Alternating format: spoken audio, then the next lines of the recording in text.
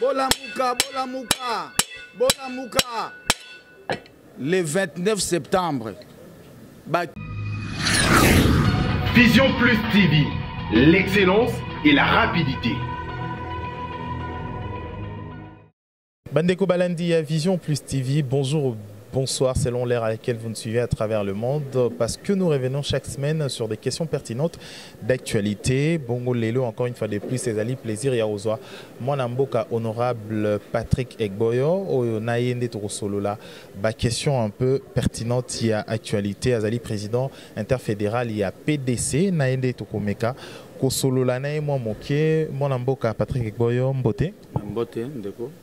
Question liboso d'abord les alliés à Lelo processus électoral les alliés kokende bien sûr bientôt là torokoma na date oyo tout le monde va un regard arrivé le 23 décembre aux alliés d'abord on a l'impression d'abord ces élections ça augure de bonnes élections.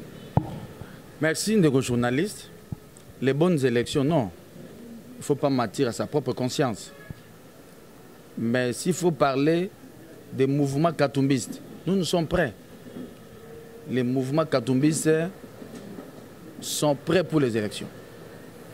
Et au niveau de la députation provinciale, nous sommes à plus ou moins 2700 candidats des partis des mouvements katumbistes. G7, Alternance pour la République, Alliance des mouvements Congo et l'ensemble des mouvements, nous sommes à 2700 candidats, députés provinciaux, et nous sommes à plus ou moins 1700 candidats députés nationaux. Donc, Bisso, tous prêts pour les élections. Mais sauf que les conditions idoines pour de bonnes élections ne sont pas encore remplies. Voilà à ce stade ce que je peux vous dire par rapport au processus électoral. Quand on parlait des conditions réunies, aujourd'hui on doit se dire que une branche de la majorité présidentielle disent que c'est déjà prêt, tout est fin prêt pour avoir des élections ce 23 décembre. Et quelles sont les conditions au préalable d'abord pour vous, le mouvement Kaputumbiste? Non, on ne pose pas trop de questions. Vous savez, qu'est-ce que je peux encore dire aujourd'hui? Ça devait comme une récitation. On a parlé de la décrispation, le salématé. Tout ce qui est prisonnier emblématique, tout ce qui est exilé, voilà, le drame c'est quoi? Quand vous excluez une catégorie de Congolais dans le processus électoral, vous avez mis maintenant à la merci de tout le monde. La frustration des arana base, il y a la rébellion.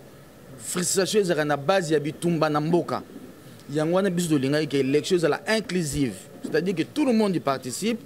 Où a gagné, où a poli. Et ensemble, nous travaillons pour développer notre pays.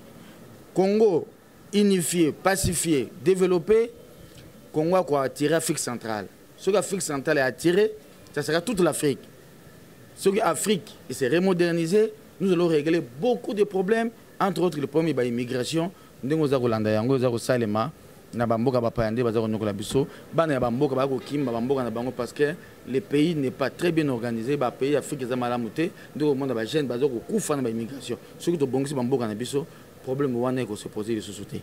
Et Lelo, s'il faudra d'abord Lobela Elo Komoko, aujourd'hui, Batomissus Bazali Koloba, surtout c'est de la majorité, Bazali Koloba, l'inclusivité est totale, est effective. Est-ce que c'est vrai d'abord? Namakambo est ali Maponami. Il dit, n'habitez ceux qui battent la majorité, comment battre daltonien ou bendéni. Hein? C'est le quoi la moto sur téléphone, ou azol banon que téléphone est jaune. Alingi pas ou yon dit mec est jaune, mais n'habitez quand même caméraman, ceux qui téléphone ou est jaune. Non, soyons sérieux.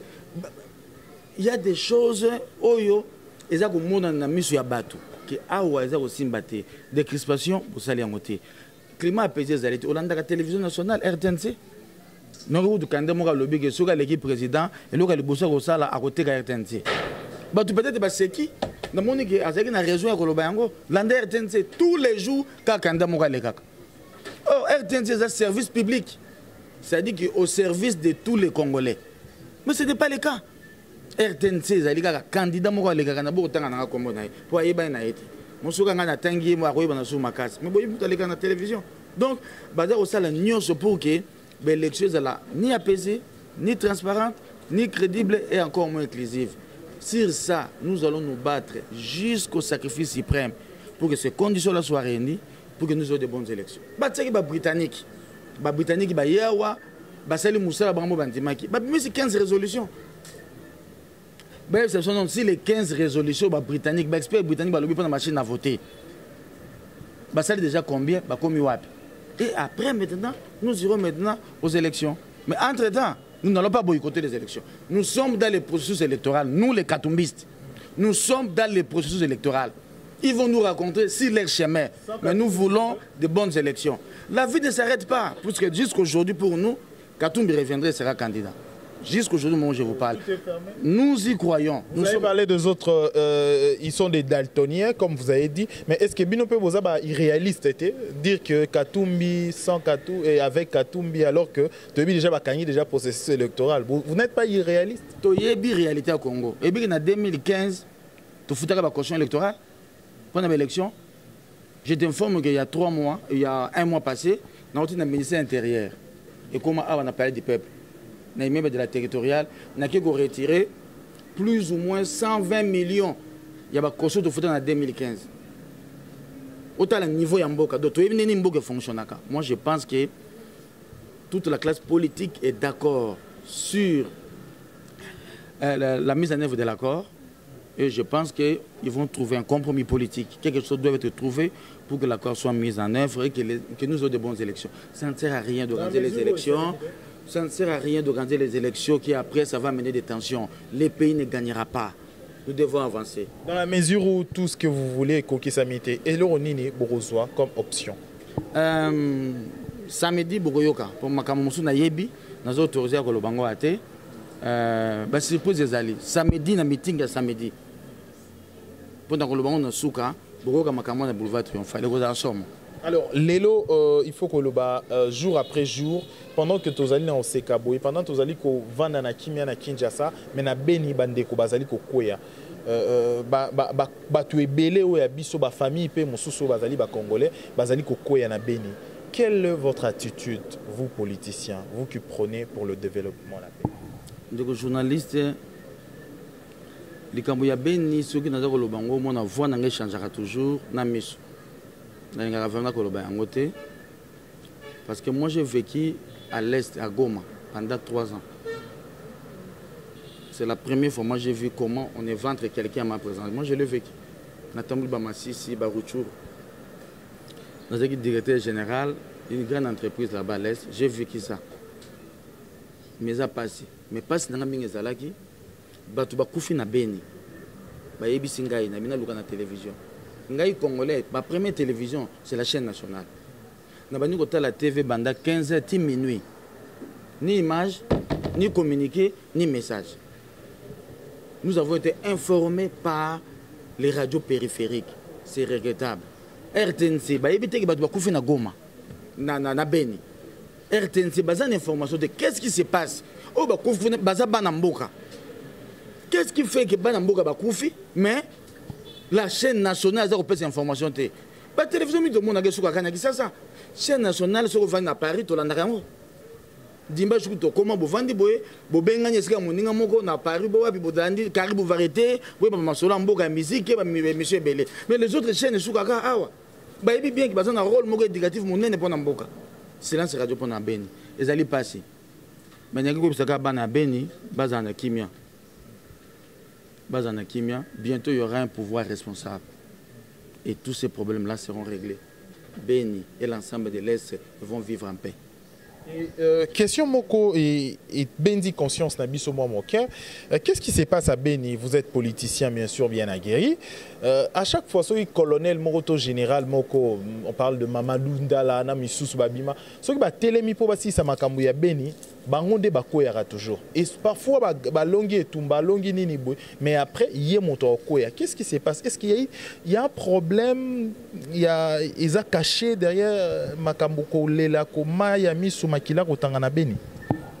Problème wana nakolukayo, c'est très sensible. Nous allons faire une émission très élaborée par rapport à ces problèmes-là. Et je vais me préparer psychologiquement à être arrêté. Dans le meeting nangai, la ligne élection, peut-être on a préparé on va faire une émission élaborée. Je vais te donner, je vais te dire des gros secrets qui se passent autour de ça. Mais pour aujourd'hui, je me réserve de dire quelque chose par rapport à cette question. Alors parlons à présent na Makambo au Italie le 29 aux Ali meeting Moko au Ezali Kolobama. Aujourd'hui, il faut se dire que pendant que les autres se préparent pour les élections, Bino Bozali ko préparer meeting. Est-ce que c'est une alibi pour na binote ko bangate élection de... Non. Nous préparons aux élections. Nous avons un document aujourd'hui, il faut que Mboka Bayeba. Sur les 70 partis où va concourir, les 20 premiers partis,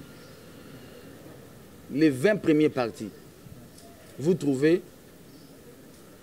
tous les mouvements katumbistes. Au coup de MS, au coup de G7, au coup de AR, au coup de MK. Nous sommes parmi les 20 premiers partis. Et dans les 20 premiers partis, les partis d'opposition, il n'y a que MLC et INC. À part MLC et INC, vous trouvez 4 mouvements katumbistes. Tout ça parmi les 20 premiers partis, Oyo, battu belé dans l'élection. Ça, c'est la première des choses. Mais j'étais surpris, dans mon PPRD, 22e ou 23e, avec 300 quelques. Ah, bon, 500, bon, il faut prendre 500 candidats. Donc, ils sont conscients de leur bilan. Ils sont conscients de leur régime.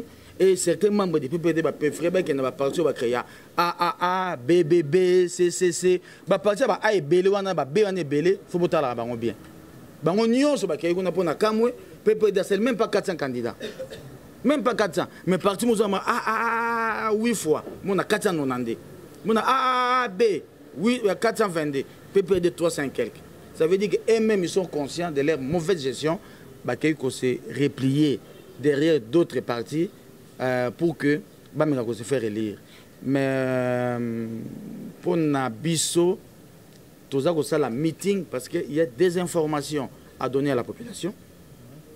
Et nous voulons montrer à la face du monde que plus que jamais, l'opposition est unie. Et la population congolaise, c'est samedi. Nous avons compris, unis, nous serons imbattables. Et nos guerres reviendront plus tard. Mais pour l'instant, nous sommes unis pour ce combat de l'alternance. Nous voulons chasser les médiocres et que l'excellence s'installe. Et après, nous aurons notre combat à l'interne. Une dernière question. Unis, même vous n'arrivez pas à sortir un candidat unique. Pourquoi pendant tous ces temps? Non. Candidat unique, et que ça, ceux qui sont les candidats uniques, c'est quoi? Tu es pressé. Ba point zali belé ya sous candidat candidat unique toujours mon nom na ba point zali bosso tant que aussi les sango tu proposes candidat unique to go bimisa même à un jour il y a début à campagne c'est juste un petit mot d'ordre et makambo nyonso et ko sali ma sans problème wana bomi to ça d'être trop en candidat na biso akobima. Merci. Dernier mot ko ki olobe abatonyo so ba landi biso ba Olanda yo pe bien sûr à travers le monde. Non le loba sous que zali boy.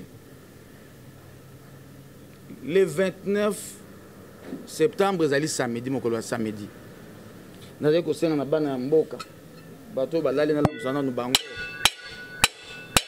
Bola muka.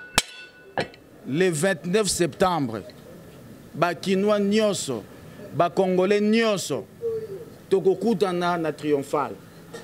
Omoni, presque vandiao. Triomphal yango wana.